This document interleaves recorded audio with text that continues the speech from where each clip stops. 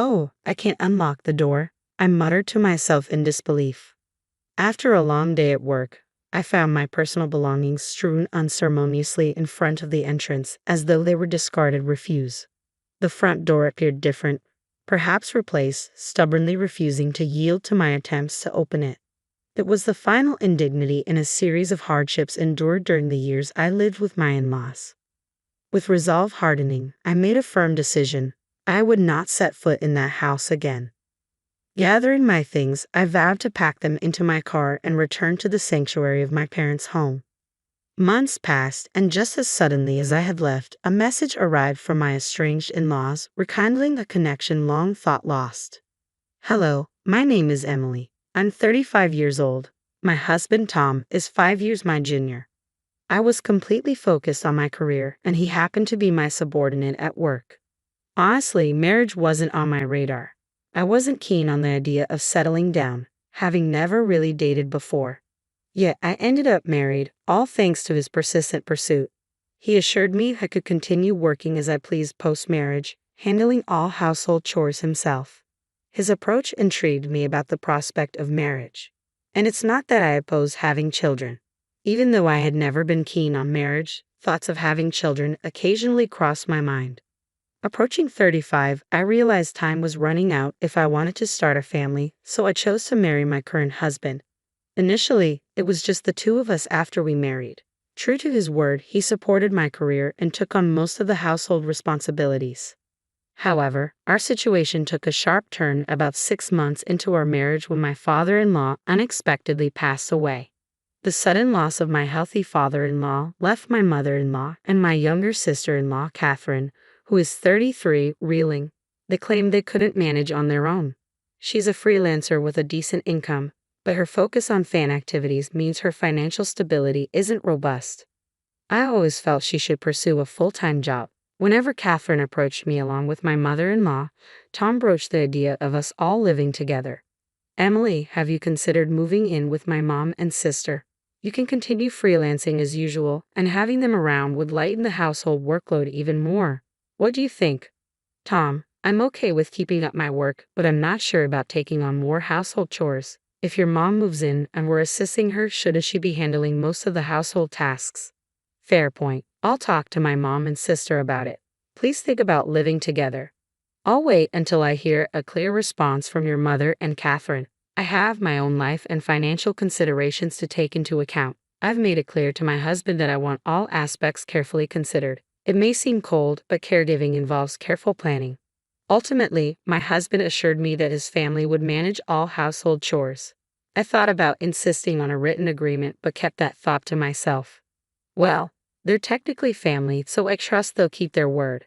And so we moved into my husband's family home. On our first day there, I paid a visit to greet my mother-in-law.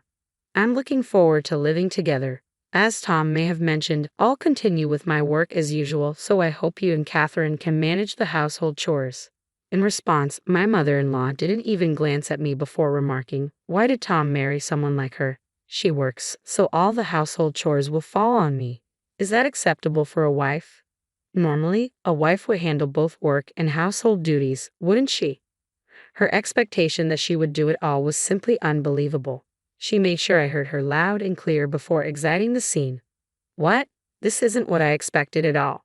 My mother-in-law's words left me feeling uneasy about our future life together. As we busily sorted through our belongings, Catherine suddenly appeared at the doorway and remarked, "I ended up with a less than adorable sister-in-law. Poor Tom." With that, she swiftly departed. Not again. First my mother-in-law, now Catherine. I couldn't understand why they would choose to live with me after speaking about me in such a way. Later, I would discover that it was all about my money. Shortly after moving in together, I noticed something troubling. On our first day under the same roof, despite their earlier sarcastic remarks, both my mother-in-law and Catherine completely ignored me. They managed to prepare meals only when my husband was present, but they made no effort to assist with cleaning or laundry for me. I attempted to confront them about their broken promises several times. However, whenever I addressed my mother-in-law respectfully as ma'am, she would shoot me a sharp glare and walk away, making it clear she had no intention of engaging with me. Catherine didn't behave exactly like her mother. but I found myself unable to protest against either of them. Over time, doing my own laundry and cleaning after returning from work became a regular routine. I wanted to confide in my husband about it, but I hesitated out of sympathy for him. However, the behavior began to worsen. When they faced financial constraints for leisure activities, they started subtly pressuring me for more money. Their approach was evasive, as if they preferred not to confront me directly, leaving notes under my food. Just today, I found a note from my mother-in-law. "We're in a tight spot this month. Could you lend us $300? I considered discussing it with my husband, but he seemed strapped for cash due to social obligations and drinking habits, requesting, "Could we cut down on expenses this month?" Back when he was my subordinate, I always made sure he didn't overspend on unnecessary parties. However, after changing departments post-marriage, he found it difficult to decline invitations, and these expenses began to accumulate. I found it difficult to bring up the financial demands with him, so reluctantly, I gave in to their requests, treating it as a loan. This pattern persisted for 2 years. My husband grew increasingly comfortable with not contributing to household expenses, often urging me to cut costs each month with seeming indifference. Even I had grown accustomed to this routine. I felt trapped in a cycle of endless schemes, yet there was something else I continued to do. I'll explain that shortly. One day, upon returning from work, I found numerous items scattered outside the house. Upon closer inspection, I realized they were my belongings. "What is this?" I seethed with anger at the sight of my belongings treated so disrespectfully. Determined to voice my grievances, I attempted to unlock the front door, only to find that my key no longer worked. Damn it. They changed the locks while I was gone. I can't take this anymore. Surveying my scattered belongings, I pondered my next steps. That's when I noticed another note beneath the items. It read, "Don't ever return. We don't want to see your face. Consider yourself lucky we didn't toss out your stuff." What terrible in-laws. My mother-in-law and Catherine were undoubtedly the masterminds behind this. I wondered what Tom had said about the situation, but by now, it didn't matter to me. Luckily, I had my car keys handy. I quickly loaded as many of my belongings as I could into the car and drove straight to my parents' house. I felt relieved knowing my things were safe. At least my work wouldn't be affected the next day. Arriving at my parents' home, they were visibly shocked but warmly welcomed me back. It felt comforting to be in my childhood home again, a place I hadn't visited much in the past 2 busy years. Sipping the tea my mother brewed, surrounded by the familiar warmth, my father asked me, "Why did you bring all your belongings here? Did you leave their house?" Marriage requires patience, I mused, reflecting on the weight of those words. For 2 years, my interactions with my mother-in-law and Catherine were sparse, limited mostly to the occasional reminder notes about money. Tom gradually became reliant solely on my income, and recently it felt like he viewed me merely as a convenient ATM. I endured this situation until now. When I confided in my parents, they empathized, saying, "Emily, you've been patient enough. We won't ask you to endure any longer. Now that they've driven you away, there's no reason to go back, right? Perhaps you should consider sending Tom a divorce notice." That's true. He seemed like a decent young man when you married him, but money has a way of changing people. It's a shame.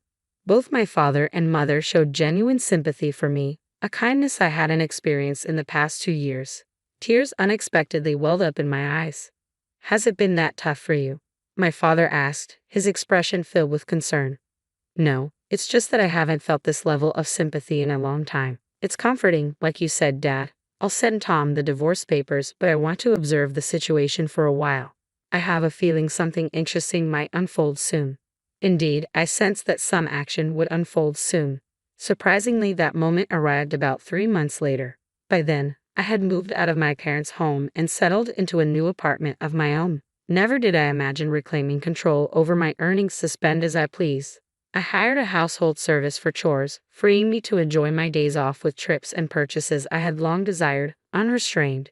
Each day reminded me of the value of my hard-earned income. I began questioning why I endured those 2 years. It dawned on me that perhaps I had been influenced or even manipulated by my in-laws. Then, precisely 3 months after my keys were changed and my belongings cast out, my smartphone buzzed with an unexpected call. Initially, I considered ignoring it. After dismissing the first call, my phone buzzed again, then a third time in rapid succession. "They must be in some trouble," I surmised. I picked up the next call, and immediately the fourth one came through. Hello, Emily, where are you?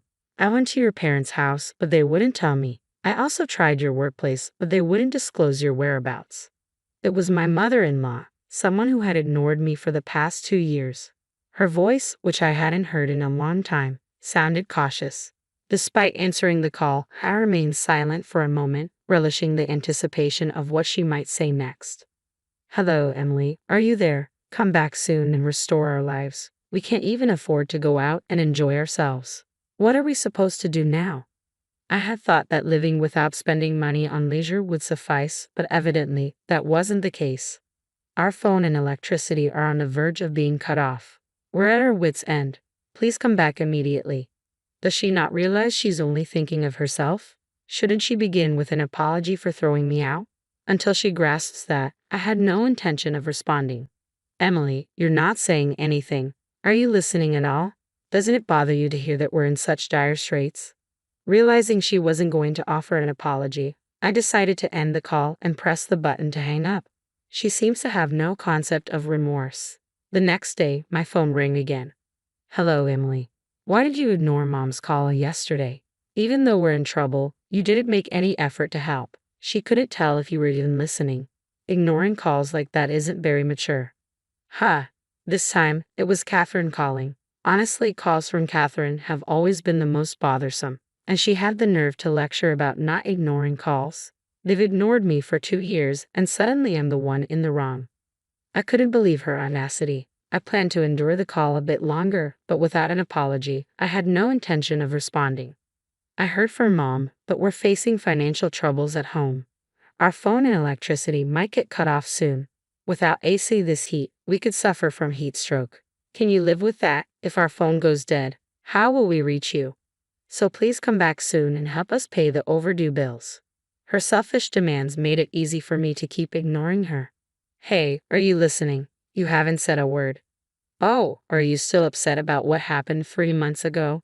That was obviously just a joke. You're overreacting. As an adult, you should know the difference between a joke and a serious matter. Stop being stubborn and come back home. They threw out my belongings like trash and changed the locks so I couldn't get in. That's a clear message for me not to return. Even if they claim it was all a joke or prank now, I find it hard to believe. Since Catherine doesn't seem interested in apologizing either, I decided to end the call. It would be a waste of time to listen to her any longer. The next day, I finally received a call from my husband. Hello, Emily. I'm sorry. My mother, my sister, and we all realize we've done terrible things. Can you come back? Our household is falling apart.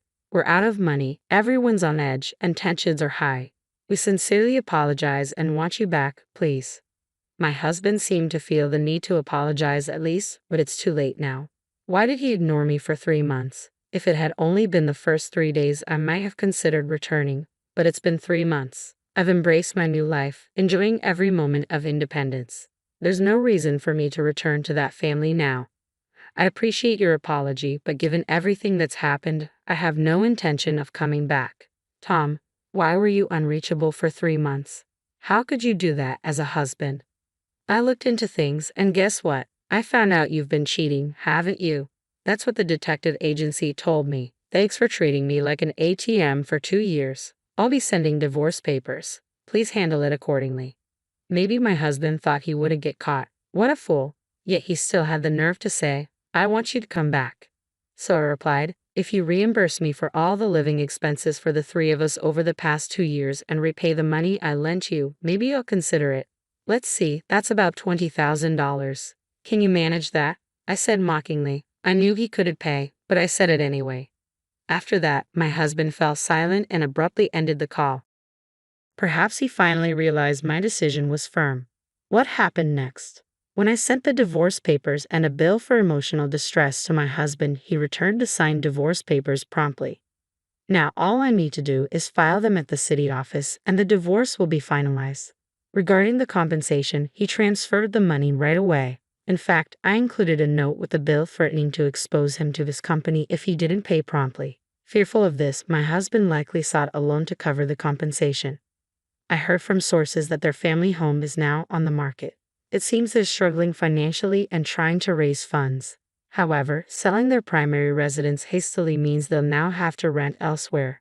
Considering the cost of rent and utilities, selling their house may not have been the wisest decision. They were likely driven by the immediate need for cash and didn't think through the long-term consequences. Whatever happens to that family is no longer my concern. As for me, I'm thoroughly enjoying my single life. I've had my fill of marriage. Moving forward, I plan to work hard and savor my personal life, embracing my independence.